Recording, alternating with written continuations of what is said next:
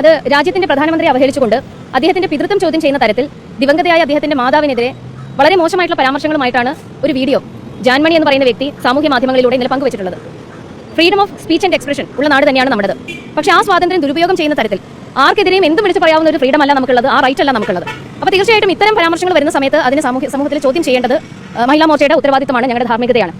അതുകൊണ്ടാണ് ഇന്ന് police commissioner മുമ്പാകെ അവർക്കെതിരെ കർശനമായിട്ടുള്ള നടപടികൾ ആവശ്യപ്പെട്ടുകൊണ്ട് മഹിളാ മോർച്ചയുടെ സ്റ്റേറ്റ് പ്രസിഡന്റ് എന്നുള്ള നിലയിൽ പരാതി കൊടുത്തിരിക്കുന്നത്. ഒപ്പം ഇതിനെ തുടർന്നുകൊണ്ട് ഈ കേരള സംസ്ഥാനത്തിലെ എല്ലാ ജില്ലകളിലും എല്ലാ പോലീസ് സ്റ്റേഷനുകളിലും നാളെ രാവിലെ 10 മണിക്ക് മഹിളാ മോർച്ചയുടെ പ്രവർത്തകരെത്തി പരാതികൾ നൽകാൻ വേണ്ടിയിട്ടുള്ള തീരുമാനം കൂടെ സ്വീകരിച്ചിട്ടുണ്ട്.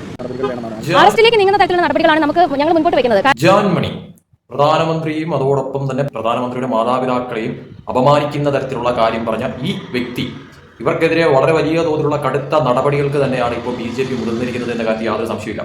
എന്തായാലും കാര്യങ്ങൾ ഇപ്പോൾ അവരുടെ കൈവിട്ടു പോകുന്ന തരത്തിലുള്ള കാര്യങ്ങൾ മാറിയിട്ടുണ്ട്.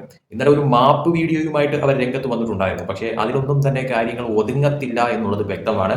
ഇപ്പോൾ BJPയുടെ മഹിളാ മോർച്ച നേതാവ് കൂടിയായിട്ടുള്ള നവ്യ ഹരിദാസ് തന്നെ നേരിട്ട് രംഗത്തെത്തുന്ന തരത്തിലോട്ട് കാര്യങ്ങൾ മാറിയിരിക്കുകയാണ്. അതായത് കേരളത്തിലുടനീളം ഇപ്പോൾ എല്ലാ പോലീസ് സ്റ്റേഷനുകളിലും ഇപ്പോൾ ഇവർക്കെതിരെ പരാതി പോകുന്ന തരത്തിലോട്ട് കാര്യങ്ങൾ മാറിയിട്ടുണ്ട് എന്ന കാര്യത്തിൽ യാതൊരു സംശയമില്ല. അത് പേടിച്ചിട്ട് തന്നെയാണ് ഇവർ ഈ പറയുന്ന രീതിയിൽ മാപ്പ് വീഡിയോയുമായിട്ട് രംഗത്ത് വന്നത് തന്നെ. കേരളത്തിൽ മാത്രമല്ല, നരേന്ദ്രമോദിയുടെ ഓഫീസിൽ വരെ ഇവർക്കെതിരെ പരാതി പോകുന്ന തരത്തിലോട്ട് കാര്യങ്ങൾ മാറി. അതുകൊണ്ട് തന്നെ ഇവർ കുടുങ്ങും എന്ന കാര്യത്തിൽ യാതൊരു സംശയമില്ല. അതോടൊപ്പം തന്നെ കേരളത്തിലെ BJP നേതാക്കൾ ഇതിൽ നിന്ന് പിന്മാറാനും പോകുന്നില്ല എന്നുള്ളത് ഇപ്പോൾ നവ്യ ഹരിദാസ് തന്നെ വ്യക്തമാക്കിയിരിക്കുന്നു എന്ന കാര്യത്തിൽ സംശയമില്ല. കാരണം ഇവരുടെ അറസ്റ്റ് തന്നെയാണ് ഈ പറയുന്ന രീതിയിൽ BJP നേതാക്കളുടെ ആവശ്യം എന്ന് പറയുന്നത്. കാരണം അവർ അമ്മാതിരിയുള്ള ഡയലോഗാണ് ആ ഒരു തരത്തിൽ ആ ഒരു വീഡിയോയിൽ അത് പബ്ലിക്കായിട്ട് അവർ വിളിച്ച് പറഞ്ഞ കാര്യം. ഇതുവരെയും ആരും ആ ഒരു തരത്തിലുള്ള, അതായത് നരേന്ദ്രമോദി വിമർശിക്കുന്നത് മറ്റൊരു കാര്യം, പക്ഷേ മോദിയുടെ ഫാമിലിയെ കുറിച്ച് ആവശ്യമില്ലാത്ത തരത്തിലോട്ടുള്ള കാര്യങ്ങൾ വിളിച്ചു പോവുക, ഇവർക്കെതിരെ തീർച്ചയായിട്ടും നടപടികൾ എടുക്കേണ്ടത് അനിവാര്യമായിട്ടുള്ള കാര്യം തന്നെയാണ്. കാരണം ഇതിപ്പോൾ ഇന്നും തന്നെയൊന്നും അല്ല, ഇതിപ്പോൾ കുറേ നാളുകളായിട്ട് ഇങ്ങനെ എന്താ പറയുക, എന്തെങ്കിലും അങ്ങ് വായി തോന്നി വിളിച്ചു പറഞ്ഞിട്ട് മാപ്പേ മാപ്പേ മാപ്പേ മാപ്പേ എന്ന് പറഞ്ഞ് വീണ്ടും ഒരു വീഡിയോ ആയിട്ട് വരുന്ന ഒരു രംഗം തുടർക്കഥയായിട്ട് ഇപ്പോൾ കാണുന്നുണ്ട് കേരളത്തിലുടനീളം എന്നുള്ളതാണ് യാഥാർത്ഥ്യമായിട്ടുള്ള കാര്യം. അപ്പോൾ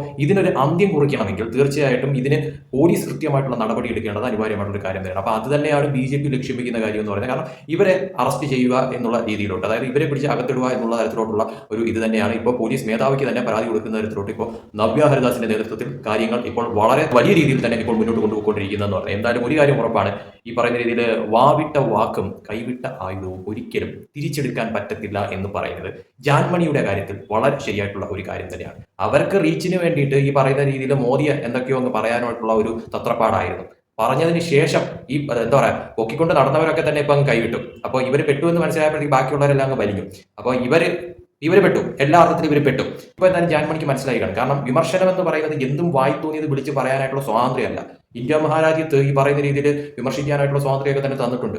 പക്ഷെ അത് ഈ പറയുന്ന രീതിയിൽ അതിര് വിട്ടുപോകുന്ന തരത്തിലോട്ടും അതോടൊപ്പം തന്നെ ഒരാളെ അങ്ങേയറ്റം അധിക്ഷേപിച്ചുകൊണ്ട് അയാളെ മാത്രമല്ല അയാളുടെ കുടുംബത്തെയും അനാവശ്യമായിട്ട് അതിലേക്ക് വലിച്ചിഴക്കുക എന്ന് പറയുന്നത് അത് തികച്ചും നീചമായിട്ടുള്ള ഒരു കാര്യമാണെന്ന കാര്യത്തിൽ സംശയമില്ല. പ്രത്യേകിച്ചും ഒരു കാരണവുമില്ലാതെ ഒരാളെ ഇമ്മാതിരിയൊക്കെ പറയുക എന്ന് പറയുന്നത്. അപ്പോൾ എല്ലാത്തിനും സ്വാതന്ത്ര്യമുണ്ട്, പക്ഷേ ആ സ്വാതന്ത്ര്യം അനാവശ്യമായിട്ട് ദുരുപയോഗപ്പെടുത്തുന്ന തരത്തിലുള്ള കാര്യങ്ങൾ മാറിക്കഴിഞ്ഞാൽ അതിനെതിരെ നടപടിയെടുക്കേണ്ടത് അനിവാര്യമായിട്ടുള്ള ഒരു കാര്യം തന്നെയാണ്. കാരണം നമ്മൾ ഒരാളെ വിമർശിക്കുന്നതിനും അതിന് സഭ്യമായിട്ടുള്ള ഭാഷയിൽ നമുക്ക് വിമർശിക്കാം. പക്ഷേ ഇത് എന്ത് തരത്തിലുള്ള തറ ഡയലോഗുകളാണ് ഇവരുടെ വായിൽ നിന്ന് വീണത് എന്നുള്ളത് ശരിക്കും പറഞ്ഞാൽ വീഡിയോ കണ്ടവർക്ക് നല്ല കൃത്യമായിട്ട് മനസ്സിലാവും. അതും രാജ്യത്തിന്റെ പ്രധാനമന്ത്രിക്കെതിരെ കൂടിയാണ് ഇവർ ഇമ്മാതിരി തോന്നിവാസങ്ങൾ വിളിച്ച് പറഞ്ഞതെന്ന് പറയും. എന്നിട്ട് അവസാനം പേടിച്ചിട്ട് മാപ്പുമായിട്ട് രംഗത്ത് വരുന്ന തരത്തിലോട്ട് കാര്യങ്ങൾ മാറിയത് ഇപ്പോൾ ഈ പറയുന്ന രീതിയിൽ അത് വെച്ച് അങ്ങ് ഒതുക്കാമെന്ന് വിചാരിച്ചെങ്കിൽ ജാൻമണിക്ക് തെറ്റി എന്നുള്ളതാണ് വാസ്തവം എന്ന് പറയുന്നത്. ഇതിപ്പോൾ എനിക്ക് തോന്നുന്നത് കേരളവും വിട്ട് ഇന്ത്യ ഒട്ടാകെ ജാൻമണിക്ക് സഞ്ചരിക്കേണ്ടി വരുന്ന തരത്തിലോട്ട് കാര്യങ്ങൾ ഇപ്പോൾ എത്താനായിട്ടുള്ള എല്ലാ സാധ്യതയും തന്നെയാണ് ഇപ്പോൾ തെളിഞ്ഞിരിക്കുന്നത്. എന്തായാലും കയ്യിലിരിപ്പ് കൊണ്ടല്ലേ, അപ്പോൾ പിന്നെ അനുഭവിക്കുക എന്നല്ലാതെ ഇതിന് പ്രത്യേകിച്ചൊന്നും പറയാനില്ല.